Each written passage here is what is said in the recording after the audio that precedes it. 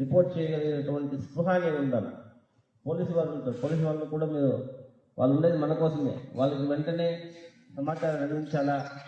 సమాచారం అనేది చాలా ఇంపార్టెంట్. సమాచారం లేకపోతే అక్కడ ఒక పాప బలి అవుతుంది అనమాట.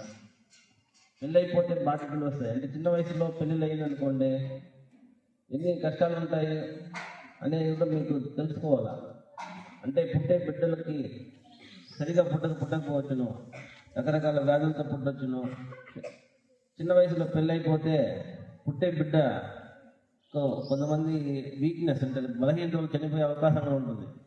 అంటే మ్యారేజ్ అంటే, పెళ్ళి అంటే ఒక పరిపక్వత వచ్చినాక, మెచ్యూరిటీ వచ్చినాక, అంటే సమర్థత వచ్చినాకే పెళ్లి చేసుకోవాలి.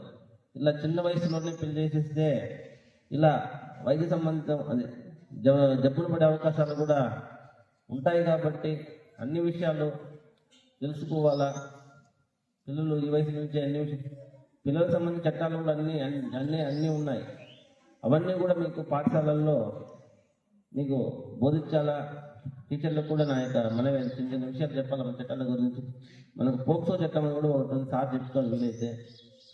కాబట్టి అందరూ కూడా చట్టాలపైన అవగాహన కలిగి ఉండాలా. ఇంకా ముఖ్యంగా మా జిల్లా న్యాయ సేవాధికార సంస్థ అనేది ఉచిత న్యాయ సహాయం అనేది కల్పిస్తుంది. ముఖ్యంగా ఎవరికైనా సలహాలు కావాల్సి వస్తే ఆల్రెడీ చెప్పాను 1500 అని చెప్పి ఆ నెంబర్కి కాల్ చేస్తే ఎటువంటి సమస్యలకైనా కూడా ఒక సమాధానం అనేది ఇస్తారు. అదేవిధంగా ఎవరికైనా కేసుల్లో ఉన్న వాళ్ళకి ఏదైనా